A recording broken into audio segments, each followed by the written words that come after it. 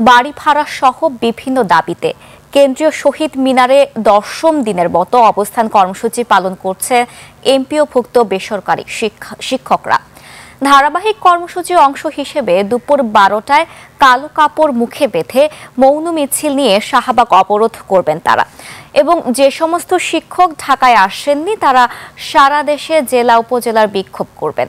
এদিকে 200 জনের মতো শিক্ষক অনশনে আছেন, তাদের মধ্যে 5 জন ইতোমধ্যে অসুস্থ হয়ে হাসপাতালে চিকিৎসা নিচ্ছেন।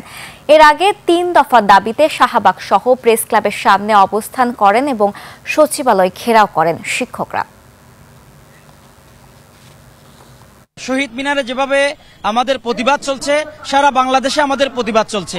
এখানে অবস্থান কর্মসূচি আমরা যেভাবে করছি, যারা এখানে আসতে পারে নাই, যারা ঢাকায় আসতে পারে নাই, তারা কিন্তু প্রত্যেকটা উপজেলায় তারা কিন্তু প্রতিবাদ সমাবেশ করছেন, কর্মবিরতি করছেন, এবং যার যার অবস্থান থেকে প্রত্যেকটা শিক্ষা প্রতিষ্ঠানদের প্রধানদেরকে নিয়ে, ছাত্রদেরকে নিয়ে যার যার অবস্থান থেকে আমরা এটা চালিয়ে যাচ্ছি যতক্ষণ পর্যন্ত আমাদের ন্যায্য দাবি আদায় হবে না, ততক্ষণ পর্যন্ত ইনশাআল্লাহ কঠোর কর্মসূচির দিকে আমরা যাব।